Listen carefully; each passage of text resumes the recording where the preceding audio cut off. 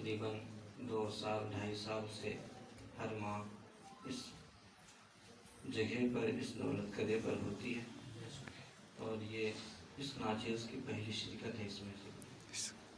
اور 6 سال کے بعد مہاراج گنج میں آیا، کیونکہ آپ جانتے ہیں کہ حضرت والد گرامی کا جو کام ہے یہ صرف مہاراج گنج اور گورکھپور پرسونی میں محدود نہیں ہے،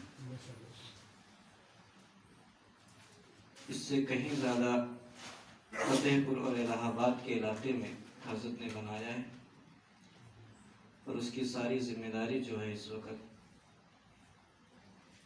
وہ ہمیں 2 لوگوں پر ہے۔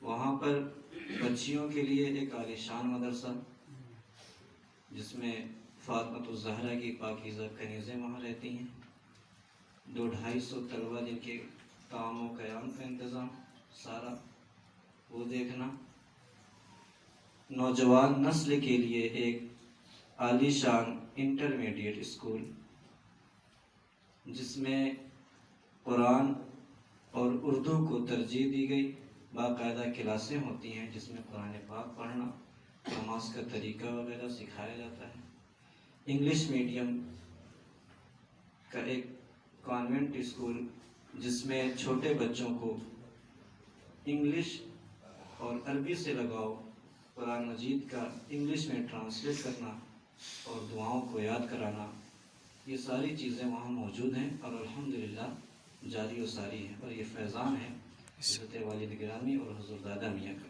سبحان اللہ، سبحان اللہ۔ حضرات، اللہ تبارک و تعالی قرآن مقدسہ میں ارشاد فرماتا ہے، الہاکم التکاثر حتی زرتم المقابر، اے لوگوں تم اس دنیا کی لالچ میں،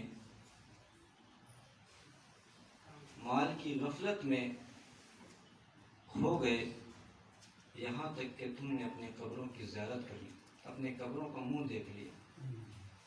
عزیزان باوقار، اللہ نے ہمیں ایک مسلمان گھر میں پیدا کیا ہے،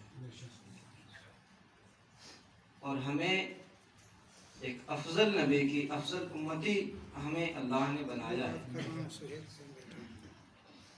تو جب ہم افضل نبی کے افضل امتی ہیں تو ہماری ذمہ داریاں بھی کچھ ہیں، اور ویسے بھی اللہ نے اگر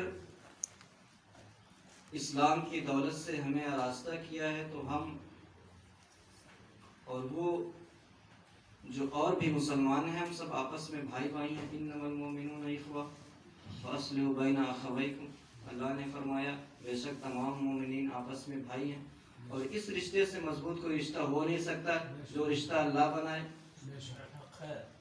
اللہ نے رشتہ بنا دیا کہ تب سارے مومن، وہ چاہے نیپال میں پیدا ہو رہا چاہے ہندوستان میں پیدا ہو رہا، اگر وہ مسلمان کے گھر میں پیدا ہوا ہے، کلمہ لا الہ پڑھنے والا ہے، تو وہ آپ کا بھائی ہے۔ اور جب بھائی میں کوئی تناؤ پیدا ہو جائے، کوئی جھگڑا ہو جائے، تو اللہ نے فرمایا فاصلحوا بین اخویکم، جب 2 بھائیوں میں تناؤ ہو تو اس میں صلح کرا دیا کرو، لعلکم ترحمون، تاکہ اللہ کی رحمت تم پر نازل ہوتی رہے۔ تو ہم مسلمان گھر میں پیدا ہوئے ہیں، ہم اللہ کے نبی کے جو افضل نبی ہیں ان کے افضل امتی ہیں۔ اللہ نے تمام امتیوں میں، تمام نبی کی امتیوں میں سب سے افضل امت اس امت کو قرار دیا، کنتم خیر امت اخرجت للناس، اے لوگو اس سے پہلے جتنے بھی نبی پیدا ہوئے، جتنے بھی رسول آئے، ان کے جو ماننے والے تھے، ان کے جو اصحاب تھے، ان سب لوگوں میں سب سے افضل اگر کوئی امتی ہے، کوئی امت ہے، تو وہ تم لوگ مسلمانوں کو بتایا۔ لا الہ الا اللہ محمد رسول اللہ کلمہ پڑھتے ہو تم، یہ کلمہ پڑھنے والے ہی اس روئے زمین میں سب سے افضل لوگ ہیں تمام نبیوں کی امت میں۔ تو اس امت کی بہت ہی ذمہ داری ہے۔ آج آپ اگر اپنے معاشرے کا جائزہ لیں تو ہر طرف برائی ہی برائی نظر آتی ہے۔ ہم پیدا ہوئے ہیں ایک مسلمان گھر میں تو ہمارے اوپر یہ فرض ہے کہ ہم علم حاصل کریں، اپنے دین کا، اپنے مذہب کا، اور وہ ساری چیز جانے جو ہم پر فرض ہوئی ہیں، اور ہم اپنے مسلمان بھائی کے ساتھ کیا کر سکتے ہیں، اس کے ساتھ کون سا اخلاق ہمیں کرنا ہے، کس طریقے سے پیش آنا ہے، وہ ساری چیزوں کو حاصل کرنا ہم پر فرض ہو گیا۔ اللہ نے فرمایا اے لوگوں، اس دنیا میں تم پیدا ہوئے ہو تو تمہیں پیدا کرنے کا جو مقصد ہے میرا وہ یہ ہے کہ تم لوگوں کو برائی سے منع کرو اور نیکیوں کی طرف بلاؤ۔ اور الحمدللہ ہم بھی اسی مشن میں ساتھ میں ہیں۔ یہ روحانی محفلیں، یہ حضرت کے جو ہر مہینے میں ایک ایک ہفتے کے اس علاقے کے دورے اس بات کے گواہ ہیں کہ جو انسان ایک اچھے گھر سے ہو، کسی چیز کی کمی نہ ہو، الحمدللہ وہاں بھی آپ جیسے ہزاروں جانثار موجود ہوں، تو اس کو کیا فکر پڑی ہے کہ 400 کلومیٹر کی مسافت چل کر کے آئے وہ یہاں پر اور لوگوں کو کہے کہ اے لوگوں، اللہ کی عبادت کرو جس نے ہمیں پیدا کیا ہے، اس رسول کی محبت کو دل میں بسا لو جس رسول کے صدقے ہم اس دنیا میں ہزاروں رونقیں ہمیں میسر آ رہی ہیں۔ وہ کی کیا فائدہ ہے اس کو؟ صرف اس لیے کہ اس کے اوپر ایک ذمہ داری ہے بحیثیت مسلمان۔ ہماری یہ ذمہ داری بنتی ہے کہ ہم اپنے بھائی کی اصلاح کریں، اگر کوئی برائی دیکھ رہے ہیں تو اس برائی کو اس سے دور کریں۔ ایک مسلمان ہونے کی یہ ہم پر فرض ہے بحیثیت مسلمان کہ ہم اس چیز کو دور کریں۔ میرے عزیز ساتھیوں، ذرا آپ سوچیں کہ اللہ کے رسول صلی اللہ تعالی علیہ وسلم کے دور میں جب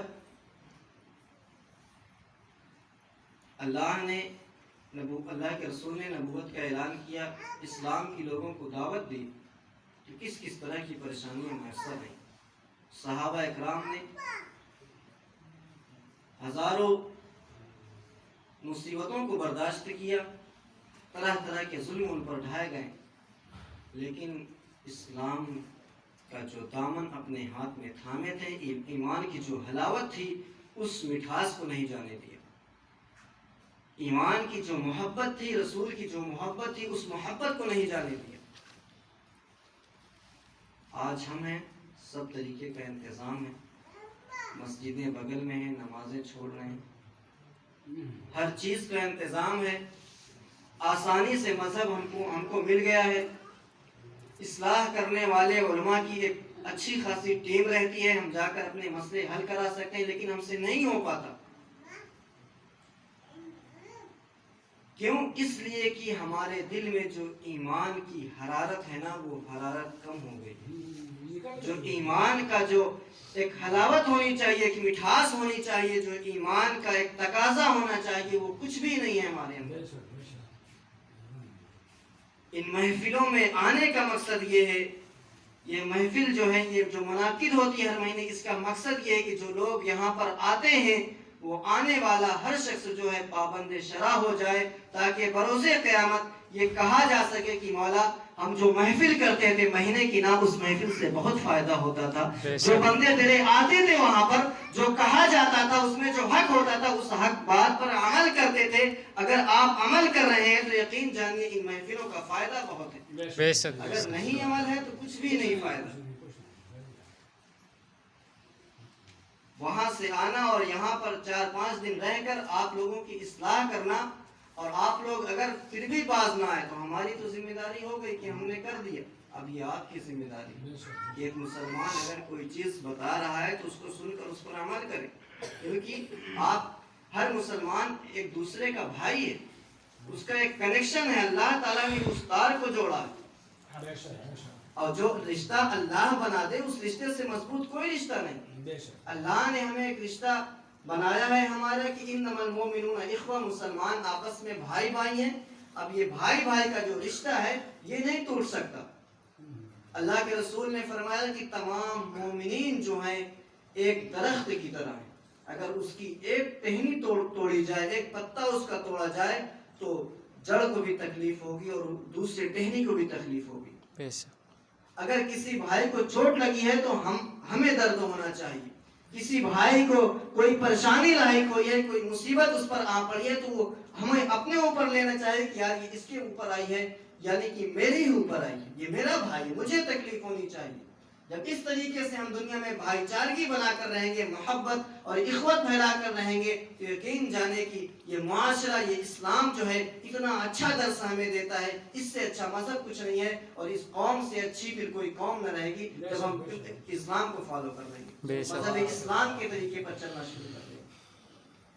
میرے عزیز دوستو, آج دیکھیں تو ذرا صحابہ اکرام کا دور ہے, طرح طرح کی پریشانیاں ہیں, ایمان لے آئے پھر بھی کھل کر نہیں جا سکتے تھے, اتنے زیادہ دشمن. آج یہ مسجدیں بند ہیں نا, ہم لوگ نماز پڑھنے مسجد میں نہیں جا پاتے. اس دور میں بھی چھپ چھپ کر نماز پڑھتے تھے, چھپ چھپ کر تبلیغ کرتے تھے. اور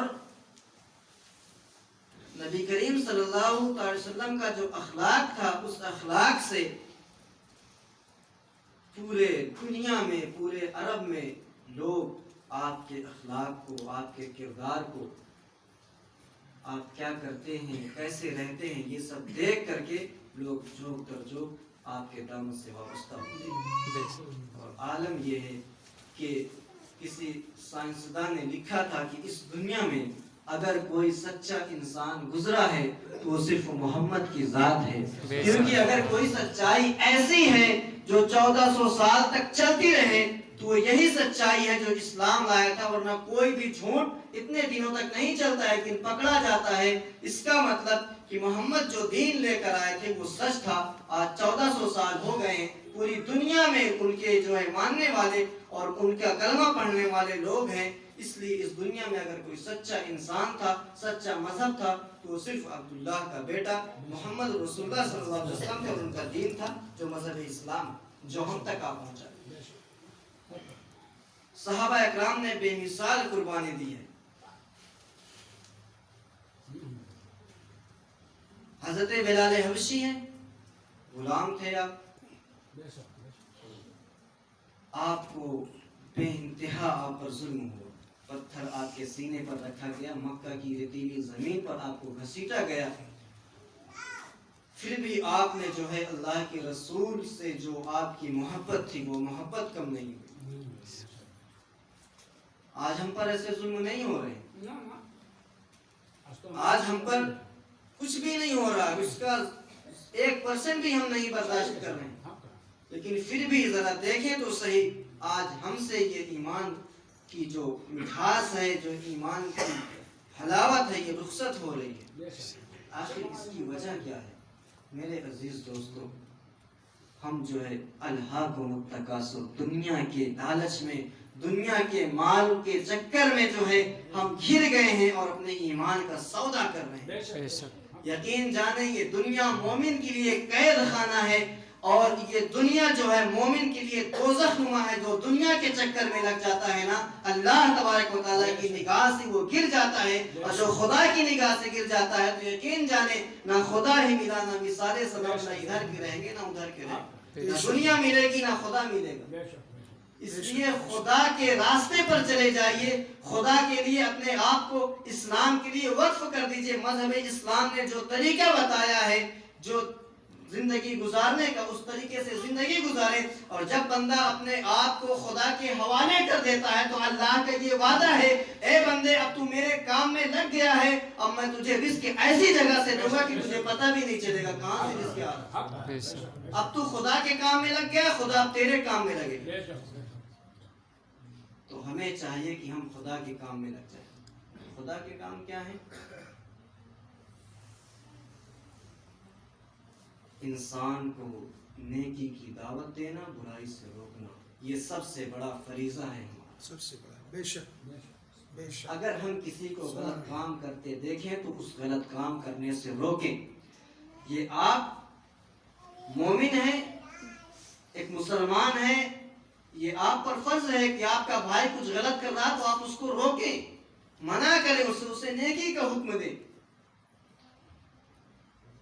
اور اور یہاں پر جو بیٹھے ہیں میرے خیال سے سب پیر بھائی ایک ہی سلسلے سے ہیں، تو اس رشتے میں اور مضبوطی یہ آ گئی کہ ہم سب قادری ہیں، ہم سب غوث اعظم کے مریدوں میں سے ہیں۔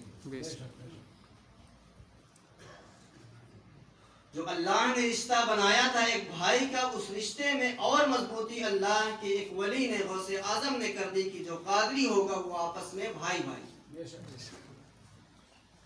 تو ہمیں چاہیے کہ ہمارا بھائی اگر پریشان ہے تو اس کی پریشانی کو ہم سمجھیں، ہمارا بھائی غلط راستے پر ہے تو اس کو نیک راستے پر ہماری ذمہ داری ہے لانے کی۔ لیکن الٹا ہو گیا نا، آج ہم یہ سوچتے ہیں کہ میرا بھائی مجھ سے 4 روپے زیادہ کما رہا تو یہ کیوں کما رہا ہے؟ میرا بھائی 3 منزلے میں رہ رہا، میں 1 منزلے میں رہ رہا ہوں، یہ کیوں اوپر مجھ سے رہ رہا؟ میرا بھائی کار سے چل رہا ہوں، میں سائیکل سے چل رہا ہوں، آخر یہ کیوں؟ اسی چیز کو تو حسد کہتے ہیں نا، شماتت اسی چیز کو کہتے ہیں نا کہ اپنے مسلمان بھائی کے ترقی کو دیکھ کر جو ہے اپنے دل میں جلن پیدا کرنا اور اس کے لیے جو ہے یہ دعا کرنا کہ اس کا سب تباہ و برباد ہو جائے، اسی چیز کو حسد کہتے ہیں، اور یہ باطنی بیماریوں سے۔ میرے عزیز دوستو، جن کے دلوں میں یہ باطنی بیماریوں کا زنگ لگ جاتا ہے نا، اللہ تبارک و تعالیٰ ایسے ہی لوگوں کے لیے فرماتا ہے ختم اللہ علی قلوبہم، تمہارے دلوں پر مہر لگی ہوئی ہے گمراہی کی، تم نہیں آ سکتے ہو نیک راستے پر۔ بے شک بے شک۔ اسی لیے ہمیں ان سب چیزوں سے بچ کر جو ہے نیک راستہ اختیار کرنا چاہیے، وہ راستہ جس راستے کو اللہ کے رسول صلی اللہ علیہ وسلم نے صحابہ اکرام کے لیے بتایا، وہ راستہ جو قرآن ہمیں بتا رہا ہے کہ یہ صدیقین کا راستہ ہے، یہ صلحاء کا راستہ ہے اور یہ نیک لوگوں کا راستہ ہے۔ اس راستے پر جاؤ گے تو تم اللہ کے قریب ہو جاؤ گے اور اللہ کے برگزیدہ بندوں میں شامل ہو جاؤ گے۔ اس راستے کو ہمیں اختیار کرنا چاہیے۔ آج ہم اس لیے پریشان ہیں کہ دنیا کی دولت جو ہے کھائے جا رہی ہے، ہائے دولت ہائے دولت، میرا بچہ یہ بن جائے، میرا بچہ وہ بن جائے۔ آپ کو میں ایک واقعہ بتاتا ہوں۔ میرے علاقے میں ایک ماسٹر ہے، بہت سارے لوگوں کی میٹنگ تھی، والد صاحب بھی ہمارے وہاں موجود تھے۔ اس میٹنگ میں اس ماسٹر صاحب نے کہا کہ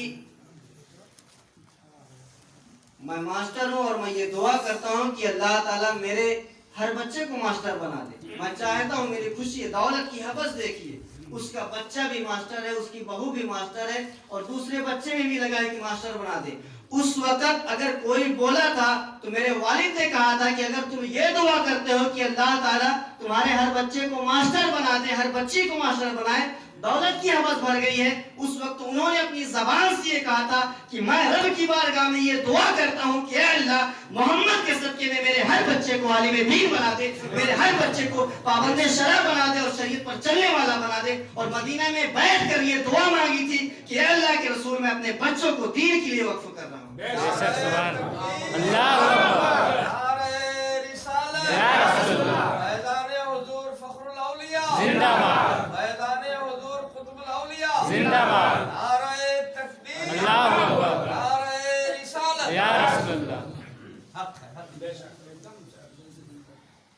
کوئی نہیں چاہتا کہ میرا ہر بچہ جو ہے اسی راستے پر چلے۔ آج تو لوگ حافظ بنانے میں کتراتے ہیں، عالم بنا دیتے ہیں بچوں کو تو سوچ میں پڑ جاتے ہیں کہ اب ہوگا کیا، اب یہ کیسے اپنی زندگی گزارے گا۔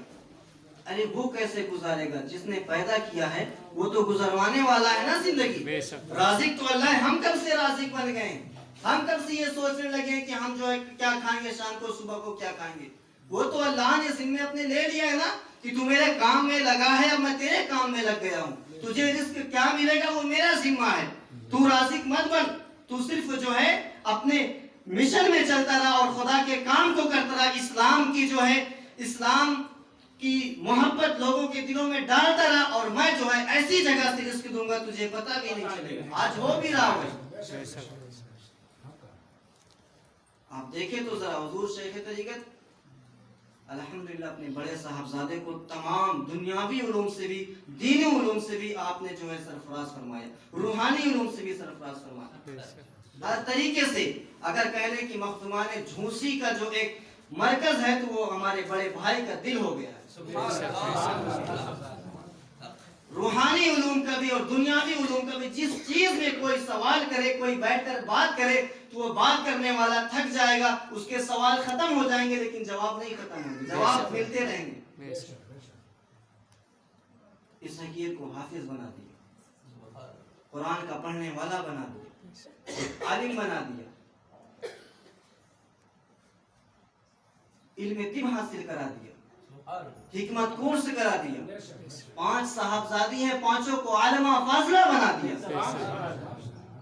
داماد کی تلاش رہتی ہے تو یہ بھی سوچتے ہیں کہ وہ بھی عالم مل جائے، یہ سوچ ہے اس بندے کی،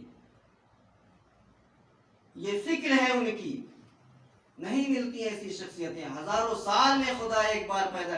اللہ کا احسان مانیے، اللہ کے سامنے سجدہ شکر ادا کیجئے کہ مولا ایسے شخص سے تو نے ملا دیا جو بے نیا، جو ہے دنیا سے جو ہے محبت ختم کر چکا ہے، دنیا کو کچھ نہیں سمجھ رہا ہے، سب کچھ دین ہی دین ہے بس۔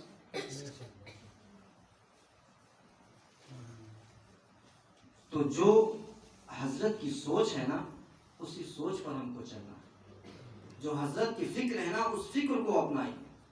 حضرت کیا کہتے ہیں اس چیز پر غور کیجئے، کیا کرتے ہیں وہ مت دیکھیے۔ اگر حضرت کیا کرتے ہیں وہ آپ کر لیں گے تو وہ آپ کے بس کا نہیں ہے۔ اللہ کے رسول نے فرمایا، اے میرے صحابہ، نبی کیا کرتے ہیں نا اس چیز کو مت غور کرنا، جو نبی کر رہا ہے وہ تم نہیں کر سکتے، جو پیر کرتا ہے وہ تم نہیں کر سکتے۔ پیر تو تمہارا جنات سے بات بھی کرتا ہے، ہم کر سکتے نہیں کر سکتے۔ پیر کہتے کیا ہیں، ان کے زبان سے ہمارے لیے کیا نصیحتیں نکلتی ہیں، اس چیز کو غور کیجئے اور اس پر عمل کیجئے۔ پیر کیا کرتے ہیں یہ مت دیکھیے، پیر تو جناتوں سے بات کرتے ہیں، پیر تو جو ہے اللہ تبارک و تعالیٰ کا الہام ان پر آتا ہے، ہم پر کہاں آئے۔ اس لیے پیر کی نصیحتیں کیا ہے، پیر واضح و نصیحت کیا کرتے ہیں، ہمارے لیے حکم کیا جاری کرتے ہیں، اس چیز پر ہمیں عمل کرنا ہے۔ تو میرے عزیز دوستو، آج ہمیں چاہیے کہ دنیا کی محبت اور دنیا کے لوگوں سے، جو دنیا کی لالچ میں لگے ہوئے ہیں، جو دنیاوی راستے، ان سے جو ہے الگ ہٹ کر ایک دنیا الگ بسائیں جس میں صرف اور صرف الہیت ہو اور اللہ اور اس کے رسول کی رضا شامل۔ اللہ تبارک و تعالیٰ نے فرمایا کہ اے لوگو، تم دنیا کی محبت میں اس قدر کھو گئے ہو کہ تم نے اپنے قبر کی زیارت کر لی۔ ذرا سوچے تو صحیح، اگر دنیا کی محبت میں ہی قبر تک چلے گئے تو کیا حاصل آئے؟ یہاں بھی ہائے ہائے، وہاں بھی ہائے ہائے، یہاں بھی کچھ نہیں پائیں گے، وہاں بھی کچھ نہیں پائیں گے۔ تو یہ دنیا کی محبت جو ہے نا اپنے دل سے نکالنی ہوگی، تب کہیں جا کر ہم صحیح معنوں میں انسانوں کی فہرست میں شامل ہوں گے اور صحیح معنوں میں مسلمان بنیں گے۔ اور مسلمان اس وقت بنیں گے جب دنیا کی محبت ہمارے دل سے نکل جائے گی، دنیا کو ہم ٹھکرا دیں گے، فقیر ہو جائیں گے ایک دم۔ وہ فقیر نہیں جو بھیک مانگتے ہیں، اس فقیر میں اور اس فقیر میں بہت فرق ہے، اس کو بھکاری کہتے ہیں۔ وہ بھکاری جو پیالے لے کر سامنے آتا ہے، یوں سمجھ لیں کہ وہ بھکاری کی مثال ایسے ہے کہ زمانے نے اس کو ٹھکرا دیا ہے، اور فقیر کی مثال ایسی ہے کہ وہ زمانے کو ٹھکرا دیا۔ بھکاری نے زمانے نے اس کو ٹھکرا دیا جو پیالہ لے کر بھیک مانگ رہا ہے، اور جو در در جا کر اسلام کی دعوت دے رہا ہے نا، اس کو فقیر کہتے ہیں، اور وہ زمانے کو ٹھکرا چکا ہوتا ہے، زمانے کو اپنے پیر کے نیچے، دنیا کو اپنے پیر کے نیچے رکھ چکا ہوتا ہے۔ تو ہمیں فقیر بننا ہے، اس لیے کہ ہم مسلمان ہیں، اور مسلمان پر یہ فرض ہے کہ وہ اپنے دین پر اور اپنے رسول کے بتائے ہوئے راستے پر چلے۔ اللہ نے جو فریضہ ہم کو دیا ہے، نعرہ تکبیر، نعرہ رسالت، یا رسول اللہ، حضور پیر طریقت زندہ باد، نعرہ تکبیر، اللہ اکبر، نعرہ رسالت، یا رسول اللہ۔